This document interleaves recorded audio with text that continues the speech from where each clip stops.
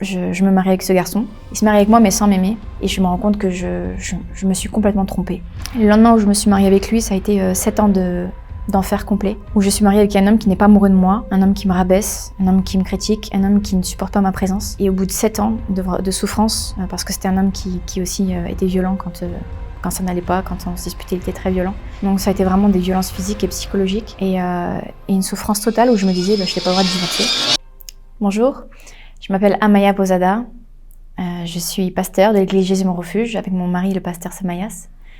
Je suis d'origine du côté de mon père gitan et française et du côté de ma mère espagnole et suisse. Et voici mon témoignage. Alors je suis née en 1989, donc j'ai 36 ans, à Levallois-Perret. J'ai grandi à Paris. Mon père s'est converti quand ma mère est tombée enceinte de moi. Donc mon père m'a toujours élevée dans l'évangile et ma mère, elle n'était pas chrétienne. À l'âge de 7 ans, mes parents se sont séparés, donc je suis allée vivre dans le sud de la France, où j'ai grandi comme ça, séparée de mon père, qui, de temps en temps, quand il venait, m'inculquait la foi chrétienne, et ma mère qui n'était pas chrétienne. Et j'ai grandi donc avec ma mère et ma petite sœur, qui avait 1 an et demi moins que moi, dans le sud du coup de la France, à Montpellier. Et j'ai grandi avec quand même une blessure parce qu'autour de moi, c'était un climat très méditerranéen. Les enfants étaient entourés de leur papa et leur maman, et moi, j'avais une maman qui était seule avec 2 enfants, qui nous a élevés avec beaucoup de difficultés. Elle avait aussi ses problèmes personnels. Elle était aussi en dépression, donc ça a été assez difficile pour moi. Je me sentais toujours un peu à part parce que j'étais mise à part par les enfants. J'étais une fille très sportive. Les enfants se moquaient souvent de moi parce que j'étais toujours en tenue de sport, en jogging, etc. Et puis, j'étais toujours rejetée, mais j'ai toujours eu beaucoup d'amour pour Jésus parce que mon père me parlait beaucoup de Jésus. J'ai fait des songes avec Jésus. Je vivais déjà avec un amour présent de Jésus en moi très fort. Et à l'âge de 16 ans, alors que je poursuivais mes études, j'ai rencontré une cousine germaine du côté de mon père. Mon père est de la famille Bayardo, donc son père était Hippolyte Bayardo. Et donc j'ai côtoyé un de ses petits-enfants qui était du coup ma cousine germaine. Hippolyte Bayardo, donc, qui est décédé donc, depuis, mais qui était un gitan assez connu dans le sud de la France, à Montpellier. Donc mon père et son fils. Donc voilà, elle n'a pas grandi avec lui, mais il l'a connu. Et donc j'ai côtoyé du coup ma cousine, qui était aussi une petite fille de Hippolyte Bayardo. Et donc c'est là où j'ai commencé à côtoyer le milieu gitan. Et j'ai commencé à beaucoup aimer ce milieu parce que c'était des personnes du coup qui étaient un peu dans ma même façon de penser. C'est-à-dire que moi, je voulais me marier très tôt et je voulais pas avoir de relations sexuelles avant le mariage. J'avais déjà cette idée-là dans mon cœur, de me préserver, même en étant non chrétienne. Donc j'ai commencé à côtoyer ce milieu-là et à me rendre compte qu'ils avaient les mêmes valeurs que moi, contrairement aux Français qui, eux, quand ils n'étaient pas chrétiens en tout cas, ils désiraient avoir des rapports avant le mariage. Donc j'ai beaucoup aimé ce milieu-là, mais j'ai commencé à aller dans les mauvais endroits au mariage, j'ai commencé à danser dans les mariages, à voler, à me bagarrer avec mes amis, du coup ma cousine et ses amis, du coup de la cité. Et j'ai commencé à... Je sais que dans les mariages, par exemple, je m'habillais très sexy, je dansais, c'était un peu la compétition qui dansait le mieux. Et puis souvent, il y avait beaucoup de jalousie dans ce milieu-là, donc il fallait que je me batte un petit peu pour rester en vie, on va dire, parce que j'étais quand même moitié gitane, enfin plutôt un quart gitane. Et donc, je n'étais pas vraiment appréciée de la communauté, surtout que je venais d'arriver. Ils ne me connaissaient pas, même si je pouvais dire que j'étais la petite fille d'Hippolyte. Il avait plein d'enfants et plein de petits-enfants, donc ça ne comptait pas vraiment. Donc, j'ai dû essayer de m'insérer dans ce milieu assez fermé. Et c'était souvent par la bagarre, parce qu'en général, les filles me cherchaient un peu la bagarre, même si moi, j'étais plutôt une fille gentille. Comme je faisais taekwondo, du coup, j'ai mis en pratique certaines fois, malheureusement. Et donc je suis tombée comme ça dans un espèce de cercle infernal où j'avais des mauvaises fréquentations, j'avais des histoires avec des filles, j'avais cette sensation de jamais pouvoir trouver le mari idéal et cette sensation de vide dans mon cœur très très fort présente. Je connaissais Jésus, j'aimais Jésus, il fallait que personne parle mal de Jésus, mais j'avais pas vécu cette nouvelle naissance. Je connaissais pas vraiment Jésus, je l'aimais simplement, je connaissais ce qu'il avait fait pour moi, mais je n'avais pas vécu cette relation avec Dieu. Et puis c'est un jour à l'âge de 17 ans où je suis vraiment perdue, où j'arrive pas à finalement trouver ce bonheur que je recherche depuis toujours, où je vis dans ce manque très fort, où il y a un ami du côté des gitans voyageurs, aussi des gitans manouches que j'ai côtoyés aussi, qui m'a invitée dans une réunion. Et donc je connaissais vraiment toute la Bible, les histoires de la Bible, je connaissais vraiment, on pouvait parler avec moi de tout. Les sujets, je les connaissais, mais ce soir-là, le prédicateur, donc le pasteur a prêché encore une fois. Des réunions où j'allais tout le temps avec mon père, j'avais l'habitude d'entendre. Mais ce jour-là, c'est comme si mes yeux se sont ouverts. Les yeux de mon cœur se sont ouverts. C'est comme si mon cœur de pierre était changé à un cœur de chair. Et en fait, j'ai senti vraiment le Saint-Esprit descendre sur moi. Et je suis née de nouveau ce jour-là. J'ai senti vraiment tout mon être naître de nouveau. J'ai pleuré, j'ai senti la présence de Dieu venir sur moi. Et j'ai réalisé que sans Dieu, je ne pouvais pas être heureuse. Et je me suis repentie ce jour-là de tout mon cœur. Et ça a suffi vraiment d'une soirée. Et je suis née de nouveau. Le lendemain, je me suis réveillée. J'avais une joie que j'avais jamais rencontrée avant. J'avais une paix que j'avais jamais rencontrée avant. J'avais volé des bijoux, j'avais rendu aux personnes que j'avais volées. Tout ce que j'avais volé dans les magasins, j'ai tout jeté. J'ai arrêté la musique du monde, j'ai arrêté de danser. J'ai arrêté même le taekwondo, j'avais plus envie de taper qui que ce soit. Il y a même des filles avec qui j'avais eu des bagarres et que j'avais un peu cogné, qui sont venues me voir, qui m'ont dit « Maintenant, tu vas payer pour ce que tu as fait ». Et j'ai juste dit « Je suis désolée, je suis devenue chrétienne, je te demande pardon pour ce que j'ai fait ». Et ces filles-là m'ont dit « Finalement, on va rien te faire, c'est pas à toi qu'on en veut, c'est à ta cousine ». Vraiment, c'est comme si Dieu avait mis une protection sur ma vie. Et j'ai commencé à voir le monde à travers les yeux de Jésus et j'étais vraiment heureuse. Et malheureusement, quelques mois après, j'avais 17 ans. 17 ans, et donc c'était en 2007. Et donc je vivais cette nouvelle naissance, j'étais vraiment dans la joie, dans une joie parfaite, sauf que quelques mois après, malheureusement, dans mon immaturité spirituelle et aussi dans mes blessures qui n'étaient pas guéries, même si j'étais née de nouveau, j'avais des blessures très profondes, je me mets finalement avec un garçon, je sors avec un garçon qui était intéressé par moi, qui était le cousin de celui qui m'avait amené à Christ. Et ce garçon-là n'était pas né de nouveau, il n'était pas chrétien, mais je ne savais pas que c'était important de se mettre avec un chrétien et pas se mettre sous un joug étranger. Et donc là, ce qui se passe, c'est que je sors avec lui, puis quelques mois après, à peine, alors que ce garçon me dit qu'il n'est pas amoureux de moi et qu'il ne peut pas me dire « je t'aime » alors que ce n'est pas le cas, d'après ses mots, il décide quand même de se marier avec moi parce que j'étais une fille chrétienne, vierge. Ses cousins l'encourageaient à se marier avec moi, son père, sa mère. Il se marie avec moi, mais sans m'aimer. Et donc là, je me marie avec ce garçon. Je suis vierge, donc je me marie et je me rends compte que je me suis complètement trompée. Et j'ai pas demandé l'accord de Dieu. Juste un jour avant de me marier, j'avais demandé à Dieu qu'il me parle à travers un verset qui était dans des pots. Dans un pot, il y avait plusieurs versets. J'ai pris le verset et j'ai pu lire « Les projets de Dieu ne sont pas ceux des hommes ». Mais dans mon immaturité, j'ai pas compris. Je pensais que les projets qu'il allait avoir avec lui, parfois certains projets ne seront pas en accord avec Dieu. J'avais pas compris que Dieu me disait « C'est pas mon projet que tu te maries avec lui. Ce n'est pas ma volonté. Et c'est pas moi qui t'unis à cet homme. C'est toi-même qui t'unis à cet homme. » Donc je suis restée comme ça. Et le lendemain où je me suis mariée avec lui, ça a été 7 ans d'enfer complet.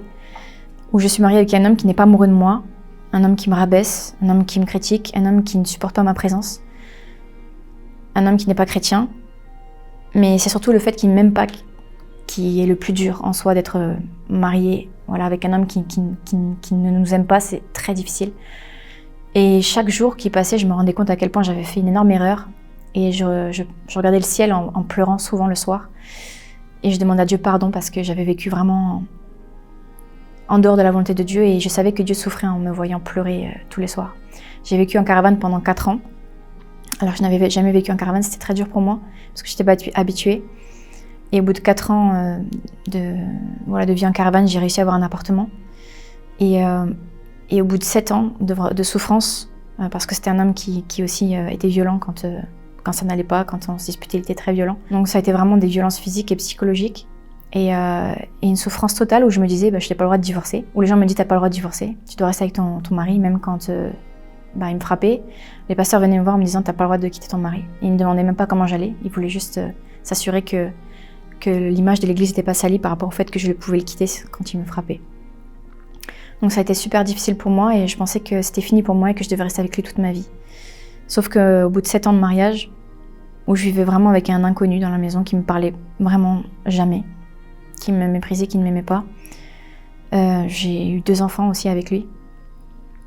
Un soir, je fais un songe où je vois plein de démons dans ma maison et quand j'essaye de les chasser, les démons disent « t'as aucun pouvoir sur nous ». Et quand je me réveille, j'entends le Saint-Esprit pour la première fois qui me dit « Amaya, tu vas aller à Paris. Et je veux que tu quittes cet homme et que tu ailles à Paris. » Et c'est là où il y a comme une espèce de zèle qui est en moi, où je me sens vraiment poussée par le Saint-Esprit, alors que j'ai ma famille à Paris. À Montpellier, j'ai ma mère, j'ai ma sœur, j'ai mes habitudes, j'ai mon appartement. Et j'avais pas de raison d'aller à Paris. Mais poussée par le Saint-Esprit, je commence à appeler ma tante en lui disant « il faut que j'aille à Paris ». Et ma tante me dit « ok, je vais t'héberger chez moi pendant une semaine et après on appellera l'assistante sociale pour que tu puisses aller dans un hôtel ». Je donne mon préavis pour le loyer, je prends mes 2 enfants et j'atterris chez ma tante et je dors par terre sur un matelas. Et je savais que Dieu m'avait envoyé là. J'étais sûre parce que j'avais entendu cette voix qui m'avait dit « pars à Paris ». Et j'avais vraiment la foi, un zèle que Dieu m'avait donné. Et là, j'arrive à Paris et au bout d'une semaine, 2 semaines, finalement, une porte s'ouvre pour un hôtel social. Je rentre et c'est un hôtel insalubre avec des souris, des cafards, de la moisissure, les WC sur le palier. J'étais là avec mes 2 enfants. Mais j'avais une paix qui surmontait toute intelligence. C'était une paix que j'avais jamais connue depuis que je me suis convertie, enfin depuis le jour que je me suis mariée. Cette paix était partie. C'est comme si je m'accrochais, mais cette paix est revenue comme une liberté que j'avais connue au moment de ma nouvelle naissance. Et j'étais vraiment très contente, même si c'était 10 mètres carrés, même si c'était insalubre, même si je mangeais au milieu des souris, des cafards. J'étais dans la paix, d'avoir obéi à Dieu, m'être vraiment détachée de cette personne qui me faisait tellement de mal pendant tant d'années. Et c'est là où j'ai commencé à fréquenter des églises, et j'ai commencé à me faire des amis.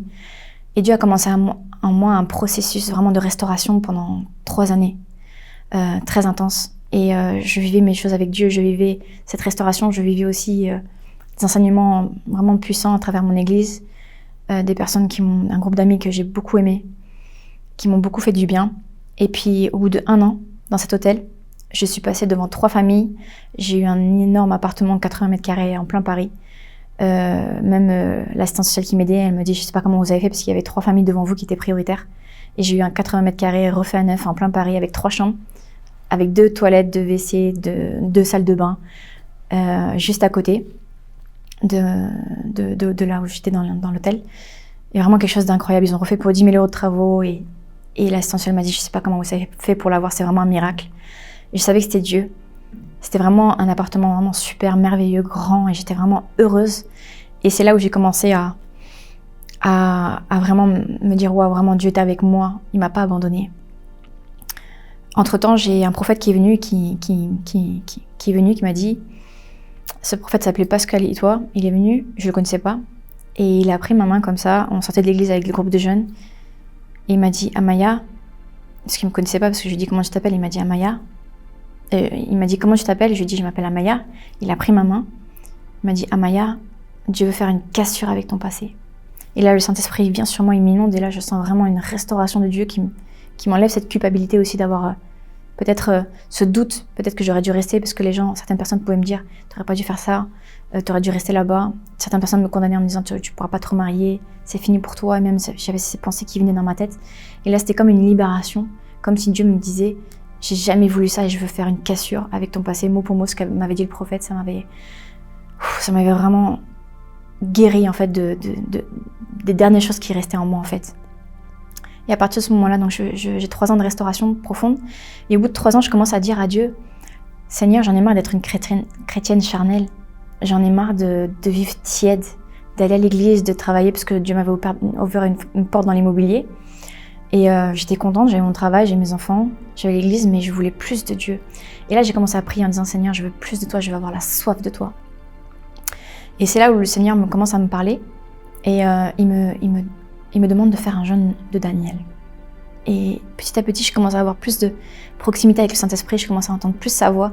Et je commence à faire un jeûne de Daniel vraiment à sec. C'est-à-dire que je mangeais que des fruits, des légumes, ni de lait, ni de produits laitiers, ni de fromage, ni de viande, ni quoi que ce soit, ni de sucre. C'est vraiment un jeûne radical, comme on peut le trouver sur Internet. Et pendant 21 jours, et au bout de 21 jours, alors que j'étais leader de louange, j'entends le Saint-Esprit qui me dit « c'est pas là où je te veux ». Et là, je commence à comprendre ce que Dieu veut pour moi. Et je commence à voir les gens dans le métro quand j'allais au travail. Je commence à les regarder, je commence à pleurer pour eux. Je commence à sentir le fardeau fort, très fort pour les âmes. Et je commençais à jeûner de plus en plus, des 3 jours de jeûne. Et je jeûnais toutes les semaines.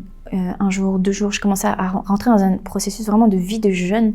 Et plus je jeûnais, plus le Seigneur me disait les âmes. Et je commençais à vivre une soif comme j'avais jamais expérimenté avant, de chercher le Saint-Esprit vraiment plus profondément. Et donc c'est en 2018 où vraiment poussé par l'Esprit, le Seigneur me demande de faire un jeûne de 30 jours. Et donc là, en juillet 2018, je mets mes enfants en vacances. C'était pendant le mois de juillet 2018. Je prends des packs d'eau et je m'enferme chez moi. Et pendant 30 jours, 30 nuits, je mange rien du tout. Il n'y a rien qui rentre dans ma bouche, il n'y a que de l'eau. Et je commence à vivre des expériences extraordinaires avec Dieu. Mais vraiment, je vivais pas de douleur, on va dire, physique, parce que c'était vraiment poussé par le Saint-Esprit. Au bout de 1 jour, 2 jours, 3 jours, je commençais à avoir un peu mal à la tête. Et au bout du 4e jour, plus aucune douleur, que ce soit dans le ventre, que ce soit dans l'estomac, que ce soit dans la tête, que ce soit dans le corps, je vivais plus aucune douleur. Et je commence à rentrer dans une atmosphère de jeûne vraiment puissante, où je suis en cœur à cœur avec Dieu, où le Seigneur commence à me transmettre son cœur. Et tous les jours, je commence à adorer Dieu, je commence à prier.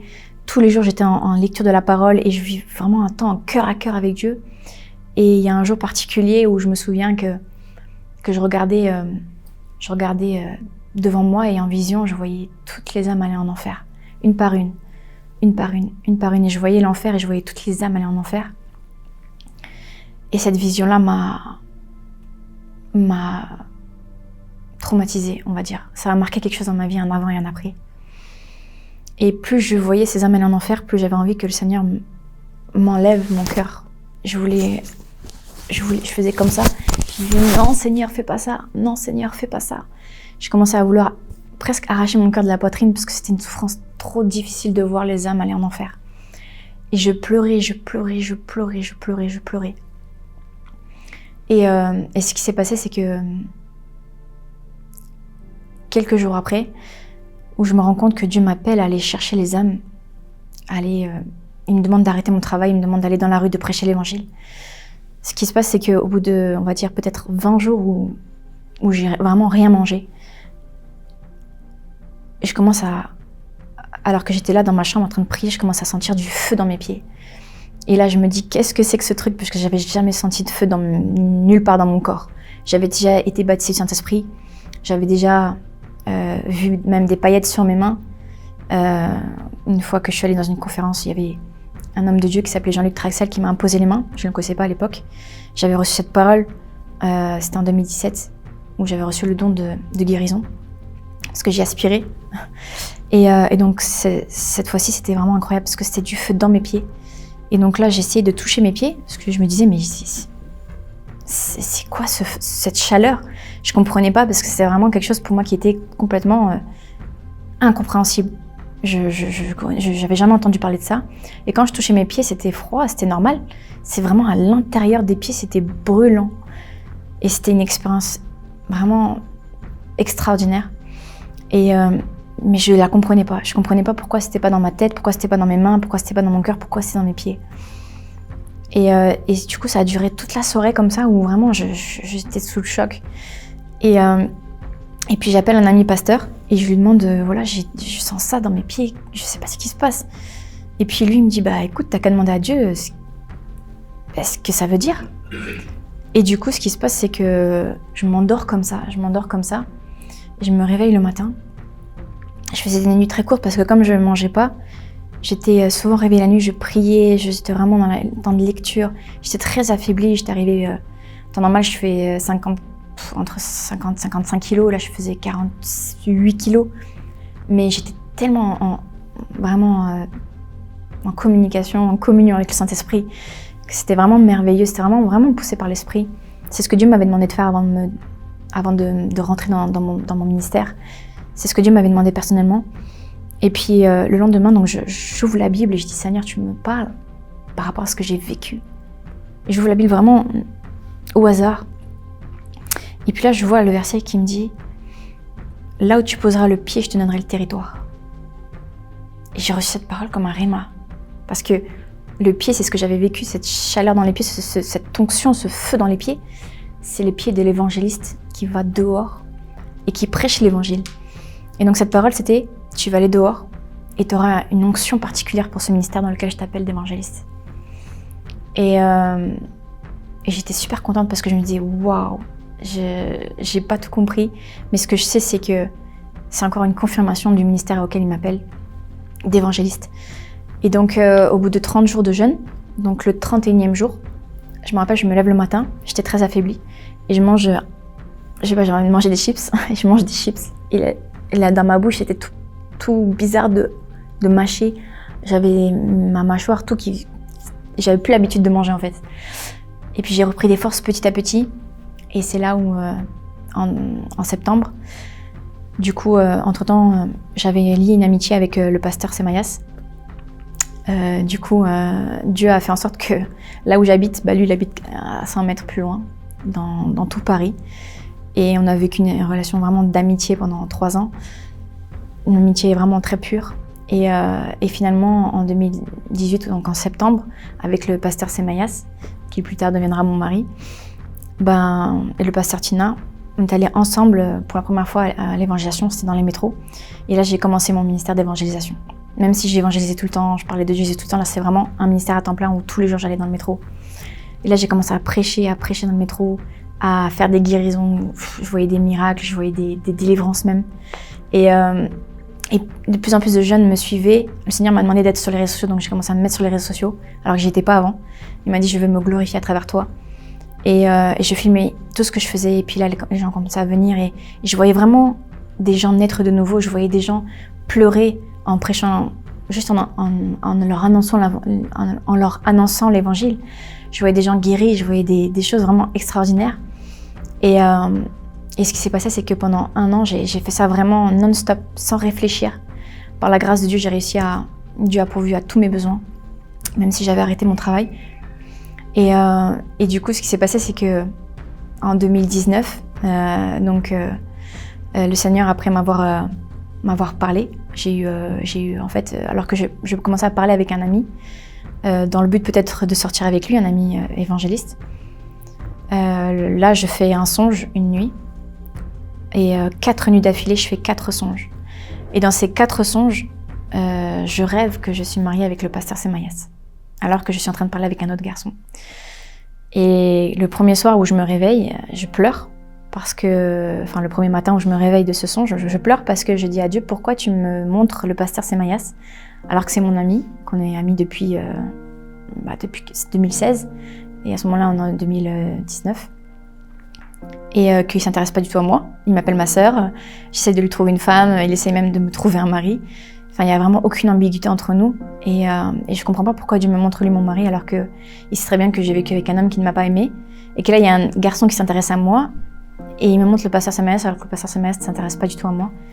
Donc je suis très frustrée, je pleure. Sincèrement, je me rappelle encore, j'étais sous ma douche et je pleure en me disant « Seigneur, qu'est-ce que tu me fais ?» C'est comme s'il me voulait du mal. Pour moi, c'est comme s'il me voulait du mal en me montrant lui. Il perturbe tous mes plans en fait. Et puis c'est là où il fait le 2e rêve, où je suis encore mariée avec lui. Et le 3e rêve, mais vraiment pas espacé, c'est-à-dire 4 nuits d'affilée. Et c'est surtout le 3e rêve qui m'a vraiment marquée, où dans ce rêve-là, je suis mariée avec le pasteur Semayas et on est dans une voiture et il pose sa main sur mon genou comme ça et je sens dans ce rêve un amour très fort qu'il a pour moi. Et c'est un amour tellement fort que quand je me suis réveillée, je sentais encore cet amour d'un mari qui a envers sa femme, un amour normal, on va dire d'un homme qui aime sa femme, comme Christ a aimé l'Église. Et là, je me réveille complètement chamboulée et rassurée et même apaisée, même heureuse de savoir que Dieu m'a parlé, parce que quand je me suis réveillée, Dieu m'a dit « Il va t'aimer comme ça, fais-moi confiance ». Et donc le 4e rêve, pareil, vraiment 4 nuits d'affilée. Je rêve que ce pasteur Semayas, c'est mon mari. Mais je décide de rien dire. J'essaie de rien dire, vraiment parce que je me dis, si Dieu m'a parlé, Dieu va lui parler aussi. Et puis ce qui se passe, c'est que pendant 2 mois, je prie, sans rien dire, sans rien faire. Je sais que c'est mon mari, je reconnais Dieu, mais je ne lui dis rien. Et au bout de 2 mois, alors que lui, il était à Miami, il m'envoie un message, il me dit « Amaya, alors que d'habitude il m'appelle ma sœur. Il me dit j'ai fait un rêve très très fort. Dès que je rentre en France, je viens t'en parler. Et je savais que Dieu lui avait parlé. Je savais parce que c'est la première fois qu'il m'appelait Amaya. Il ne me partage pas des choses comme ça aussi intimes que des rêves. Je savais que Dieu lui avait parlé, j'étais en train de sauter en l'air, j'étais hyper heureuse. Et donc ce qui se passe c'est qu'il rentre. Il rentre en France et puis là il me raconte ses rêves et il a fait 5 rêves dans la même nuit. Et dans les 5 rêves, il me dit qu'il est marié avec moi et que dans un de ses rêves, il y a un grand mur, un grand immeuble et il marche et il voit un néon très très grand marqué Amaya dessus. Parce qu'il avait besoin de clarté, parce que après ce qu'il avait vécu aussi des choses difficiles dans sa vie aussi, dans son passé, il avait vraiment besoin d'être sûr que je sois la femme que Dieu avait réservée pour lui. Il voulait pas se tromper. Et Dieu a été clair avec lui et quand il m'a raconté ses songes, je lui ai raconté aussi les miens, que j'avais fait il y a 2 mois en arrière. Et c'est là où on a décidé, on a compris que c'était Dieu surtout qui nous voulait ensemble et qu'on n'avait pas à avoir des critères, que c'était Dieu qu'il fallait qu'il choisisse pour nous. Parce que Dieu nous connaissait mieux que nous-mêmes et il savait ce qu'on avait besoin l'un de l'autre. Et donc on a mis nos critères de côté, parce que lui il voulait pas de femme avec des enfants, moi j'avais déjà 2 enfants. Moi je voulais un homme qui prouve qu'il m'aime, qui me court derrière, c'était pas du tout son cas. Et donc Dieu nous a confondus et Dieu nous a aussi beaucoup parlé pour qu'on puisse être rassurés l'un l'autre. C'était vraiment quelque chose de divin, d'exceptionnel que Dieu avait fait pour nous, parce qu'il avait pris en compte aussi nos blessures passées, nos témoignages, voilà, notre passé qui était quand même très difficile et il a fait grâce. Et donc ce qu'on a décidé, c'est qu'on a décidé de se parler au téléphone et de pas entretenir de relations, on va dire face à face, tactile ou quoi que ce soit. Et on a décidé de vraiment se garder. On s'est parlé au téléphone pendant, on va dire c'était en juin et on s'est mariés 2 mois après en septembre 2019. Et en septembre 2019, donc le 13 septembre 2019, on a fait notre premier bisou le jour du mariage. Et là c'était incroyable parce que c'est comme si à côté de moi, je le regardais, je savais qu'on allait se marier. C'est comme si c'était mon meilleur ami et c'est comme Isaac avec Rebecca, c'était vraiment très bizarre et en même temps très divin et en même temps c'est comme l'histoire dans les contes de fées qu'on peut voir à Disney. C'est vraiment un prince charmant, c'était vraiment mon meilleur ami et en fait tout s'est déroulé vraiment merveilleusement bien et aujourd'hui ça fait 6 ans que je suis mariée avec lui et je peux dire que c'est vraiment mon meilleur ami et Dieu s'est pas trompé. Il savait ce qui me correspondait, ce qui nous correspondait vraiment corps, âme, esprit. Et vraiment, Dieu a rattrapé vraiment toutes les choses que le diable avait voulu enterrer, tout ce que le diable a voulu faire, tout ce que le diable a voulu arrêter en fait dans ma vie, tout ce que le diable a voulu enterrer. Dieu a rattrapé les années perdues. Et du coup, je me suis mariée en 2019 et en 2021, j'étais consacrée pasteur avec mon mari. Et en décembre 2021, du coup, on a fondé l'orphelinat à Madagascar, qui s'appelle Jésus mon refuge Madagascar. Et donc depuis, on sert le Seigneur ensemble et on a eu un fils qui s'appelle Eliakim. Il est né en 2021, le 13 décembre 2021, le jour où on a accueilli nos premiers enfants orphelins. On a eu Eliakim. Donc voilà, on est dans le ministère, on est à temps plein, on sert le Seigneur, on va prêcher dans la rue tous les jours. On s'occupe de nos églises aussi qu'on a fondées et on s'occupe de l'orphelinat. Et voilà, vraiment, c'est tout ce que Dieu a fait dans nos vies. Quand le péché abonde, la grâce surabonde. Si jamais vous voulez rencontrer Jésus, peut-être que vous avez entendu parler de Jésus, peut-être que vous ne le connaissez pas et vous aimeriez le connaître. La Bible dit « Invoque-moi et je te répondrai et je te révélerai les choses cachées ». Et le Seigneur répond toujours à celui qui l'invoque. Donc je vous invite vraiment à invoquer le nom de Jésus-Christ, à lui dire « Ok Jésus, j'ai entendu parler de toi ». Peut-être en cours d'histoire, peut-être par des amis chrétiens, ou peut-être j'ai été déçue de la religion. Je connais bien toutes les histoires, mais j'aimerais te rencontrer personnellement et vivre l'expérience de la nouvelle naissance, comme Jésus a dit. Donc, vous pouvez faire cette prière en disant « Seigneur, fais-moi naître de nouveau, ou fais-moi vivre une expérience avec toi. » Et je suis sûre que Dieu va répondre, et que Dieu va vous remplir de son Saint-Esprit, et qu'il ne va pas vous laisser partir comme ça. Seigneur, je te prie pour toutes les personnes qui regardent cette vidéo. Je te demande maintenant de les remplir de ton Saint-Esprit, de venir les inonder de ta présence, de venir, Seigneur, faire tomber les écailles de leurs yeux et les remplir de ton Saint-Esprit, Seigneur. Je te prie, Seigneur, pour toutes les personnes qui cherchent aussi à te suivre et à faire plus pour toi qui ne veulent plus être tièdes et qui veulent être bouillants. Je te demande de mettre en eux le vouloir et le faire, ce zèle, cette soif que tu as mis en moi. Tu leur donnes, Seigneur. Cet amour pour le jeûne, pour la recherche de ta présence, pour la recherche du Saint-Esprit, tu leur mets en eux, Seigneur. Viens les inonder maintenant et donne-leur tous les dons, Seigneur, que tu en réserves pour eux, Seigneur. Montre-leur à quel point tu as des projets de paix pour eux et non de malheur. Montre-leur à quel point tu veux les utiliser, Seigneur, pour ces temps de la fin, Seigneur.